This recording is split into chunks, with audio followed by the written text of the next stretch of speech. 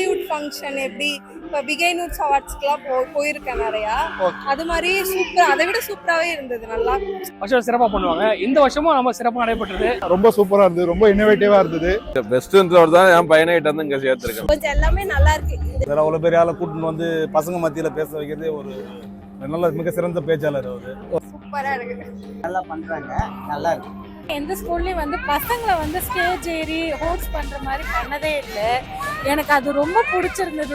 ரொம்ப நல்லா இருந்தது இந்த ப்ரோக்ராம். சூப்பரா இருந்துச்சு. ஸ்டடீஸ் நல்லா இருக்குன்றதுனால தான் நான் இந்த ஸ்கூலில் வந்து பையனை ஜாயின் பண்ணேன். 9th 10th தான் பண்ணுறாங்க. நல்லா இருந்துச்சு. வருஷம் எப்பவுமே கிராண்டா நல்லா சூப்பரா தான் பண்றாங்க. இந்த ஸ்கூல் நல்லா சூப்பரா இருந்துச்சு. ஒவ்வொரு ப்ரோக்ராமும் பார்த்தீங்கன்னா ரொம்ப யூனிக்காக இருந்தது.